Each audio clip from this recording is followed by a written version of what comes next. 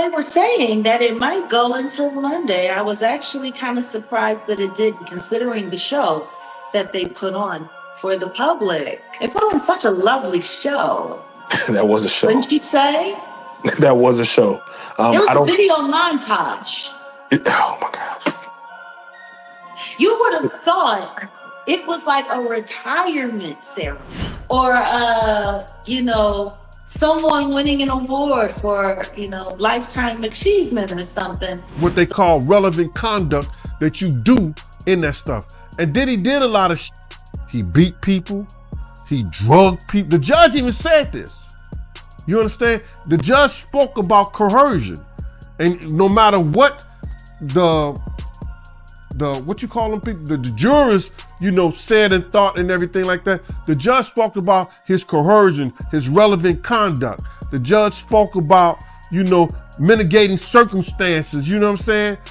A lot of the judge spoke about. Look at here. Diddy has been sentenced to 4 years and 2 months in prison, along with a $500,000 fine, followed by 5 years of supervised release.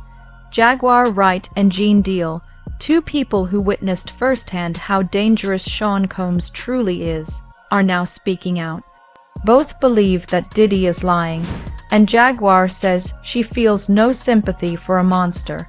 She doesn't care if he gets attacked in prison, claiming that he brought it all on himself. Jaguar explained that she was surprised the hearing didn't last until Monday, considering how dramatic the entire event had been. They put on such a lovely show for the public, she said sarcastically. It was like watching a retirement ceremony or someone receiving a Lifetime Achievement Award. The way they sat there, the way they acted, and how even the lawyers pretended to be emotional, forcing themselves to tears while talking about how inspiring that man is, it was absurd. It was all performance. According to Jaguar and Gene, all of the serious charges against Diddy were thrown out, and he ended up with the shortest sentence possible. The federal guidelines suggested 9 years in prison, but Diddy only received 4. What made this even more shocking was that the same judge who had previously denied Diddy bail 6 separate times suddenly decided to give him a lighter sentence, and even told him to become a changed man. Jaguar doesn't believe that Diddy is capable of changing. She explained that the only reason Diddy's children spoke up in his defense was because their entire livelihood depends on him. I'm not judging anyone for supporting their parent, she said, but honestly, do any of those kids have any means of making a living outside the Combs enterprise? I don't think so. She pointed out that King Combs, for example, doesn't seem to have any real career of his own. What does he do? Jaguar asked mockingly. Besides posting on his father's timeline and making music videos that no one actually watches, she continued by saying that none of Diddy's children have independent lives. They are completely under his control. If Diddy goes to prison, no one will hire them. They have no other source of income, and most of his sons are already facing legal issues of their own. Who's going to pay for their lawyers if Diddy falls? Jaguar asked. They're not fighting for their father. They're fighting for survival, she added. What are they going to do? Go work at a burger place? These kids don't have any idea how to make it on their own. According to federal reports, Diddy was making more than 200 calls a week while he was behind bars. Investigators told the judge that Diddy was using his family members to reach witnesses indirectly. He would call one of his relatives and ask them to add a witness to the same call. That way, the authorities couldn't monitor who Diddy was really speaking to or what was being said. The only reason the feds discovered this was because one of the witnesses came forward and reported the coercion. Gene commented, "If the man has $5 million at his disposal, isn't that exactly what the authorities are worried about? Someone with that kind of money can easily make people disappear." Jaguar responded, "Why would he create more trouble now? He's already paid off everyone he could. Just look at the indictment. He called some witnesses up to 50, 4 times. 200 plus calls. Is he running a telemarketing agency?" She laughed bitterly and said, "Even telemarketers don't make that many calls in a week. What do you even say in those calls? Hey, remember that time I hit you with a bottle? No hard feelings." Jaguar also revealed that it wasn't just Diddy's kids working for him. She named several others who were involved, insisting that Diddy didn't operate alone. "Why is he the only one going to prison?" she asked. "He created monsters, and now the curtains are finally being pulled back." Jaguar urged all the victims to come forward, saying, "Let's stop pretending, let's be real. Stevie J should be charged, Mary J. Blige should be charged, Jennifer Lopez should definitely be charged. Jay-Z, DJ Khaled, Rick Ross, and Usher too, all of them should be tried alongside him, just based on what they did with Justin Bieber." Recently, Coercion and Rick Ross even sat down for an interview together. Two of Diddy's closest allies reunited. Jaguar said, "What a coincidence. Both Jaguar and Gene agree on one thing. Diddy has no remorse and can never change." During sentencing, Diddy cried and even submitted a letter to the judge apologizing to his victims. In the letter, he described how he had been teaching a class in jail about how to become a successful businessman, and claimed that he was a changed man, sober for the first time in 25 years. "The old me died in jail," he wrote. "A new version of me has been reborn. Have mercy on me for my sake and for my children." But Jaguar wasn't buying it. "Accountability for what?" she asked. The same kind of accountability he took when he said Cassie was lying. He called her a liar for months, said she made it all up until that video came out on CNN and exposed the truth. Then he suddenly apologized. It's the same act, the same fake apology. She went on, "What he did in that courtroom wasn't any different from the fake monologue in his music video. People actually believe he's sorry. If he really felt bad about what he did, he wouldn't have let his legal team tear those women apart on the stand while they were barely being protected by the feds." Gene agreed, saying Diddy got away with everything. "He doesn't regret anything," he said. "It's just a matter of time before he's back to doing the same things again." Even though Diddy received a sentence, he's likely to get credit for time served and could be out in a year or two.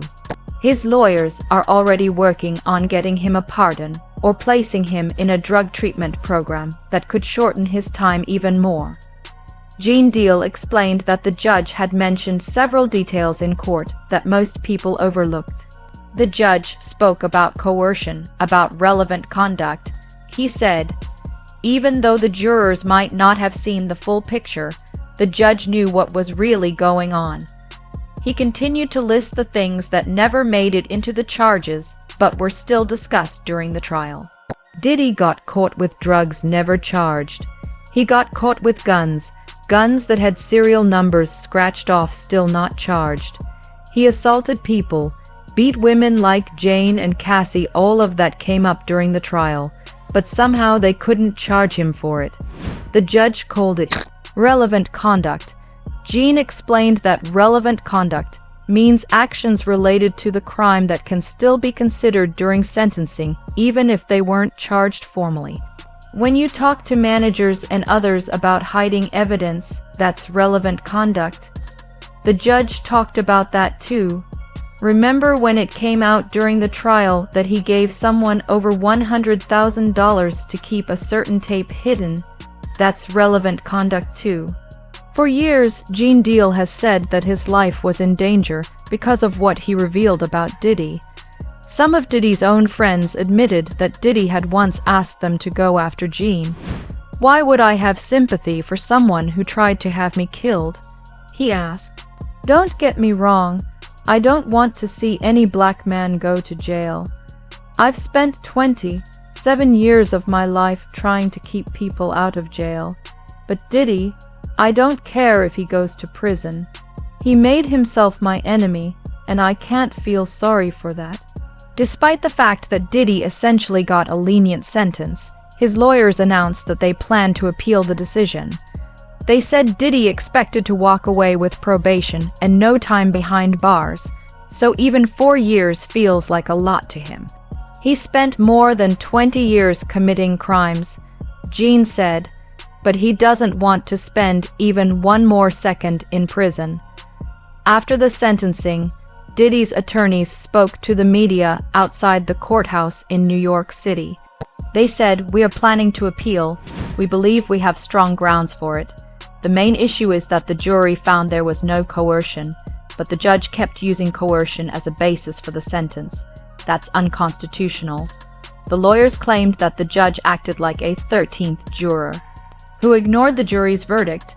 They argued that Diddy was convicted only of a prostitution-related offense, and that everything else, all the trafficking and racketeering, was proven to be false. However, Jaguar and Gene were not convinced. They said the entire system was compromised. "What kind of RICO case involves just one person?" Jaguar asked. Who were the people he was supplying and trafficking for? If the feds had really investigated him, more names would have come up. This is exactly what happened in the R. Kelly case. It could have been stopped years ago if they'd looked deeper. Jaguar said that all of these people have been working together for decades, protecting each other and covering up crimes. "I'm just glad it's not just me speaking out anymore," she said. "I'm glad others are finally being heard. People like Al B. Sure, Cassie, Kim Porter's family, Natanya Rubin, all of them deserve justice." She added that her emotions are mixed, but she believes this is divine justice. "When you pray for something and God answers, you should be thankful," she said. Diddy's power might have protected him for a long time, but the truth always wins. Jaguar also mentioned that Diddy's influence spreads across major cities in the United States. He's got ties in Florida, in Los Angeles, now Detroit. How many other cities has he infected at the highest levels of government? She asked. You have judges calling each other good friends while protecting him. They all have to pay the bills somehow. She questioned whether it's just a coincidence that so many people who used to work with Diddy are now in prison. This goes all the way up. She said, all of these people are part of the same network. They should all be sentenced too. One social media user summed it up perfectly. Him asking the judge for mercy is rich, considering he never cared to give any mercy to his victims. His sentence was light, and knowing the music industry, he'll probably come out even more famous. Jane echoed that thought, saying, he got off easy, like a fat rat in a cheese factory. And because of who he is, his time won't be hard. They'll send him to a federal camp, a light facility where executives and celebrities go. He'll be fine. He'll see the streets again within 2 years. He mentioned that other people from Diddy's circle had gone to federal prison before and come out just fine. His former bad boy President Kirk Burroughs went to federal prison. Lil' Kim went too. They survived. He'll be okay. They're probably going to send him to a dorm-style camp where things are easy. Even though the sentence sounds like 50 months, Gene said it's not much at all. For a man who's been a jet-setter, living in mansions, attending galas and stadium events, this isn't real punishment, he said. There are senators and executives in federal prisons living better than most people on the outside. Diddy will manage. Financially, the sentence won't hurt him either. Diddy is still a billionaire. In fact, he's already requested to serve his time in a prison of his choice, Fort Dix in New Jersey. According to reports, Fort Dix offers inmates a special program known as R. DAPA 9, Month 5, $100 substance treatment program. Completing it could earn Diddy an early release of up to 1 full year. Jaguar, however, doesn't think this is a coincidence. They want him to go to Fort Dix because it's one of the weakest guarded prisons in the country. She said, I know that place, it's perfect for someone like him. All they'd need to do is have someone show up, grab him during outdoor time, and he'd disappear. No accountability, it's all part of the plan. She continued, people like being fooled these days. They want to believe in the fantasy. They think because he said sorry, everything's okay now. They think justice has been served and they can go home and have ice cream, but it's not over. The judge has also laid out the probation conditions Diddy must follow after his release. He'll be under supervision for 5 years and will have to meet regularly with a probation officer. He must refrain from drug use and submit to drug tests within 15 days of release, followed by 2 more periodic tests. He'll also have to cooperate in DNA collection, as directed by his probation officer. The judge made it clear that Diddy cannot commit any new federal, state, or local crimes and must stay drug-free. He must report to his probation office within 72 hours of release and cannot leave the jurisdiction without permission. His residence will have to be approved by the probation officer, and he must notify them 10 days in advance if he plans to move or change who he lives with.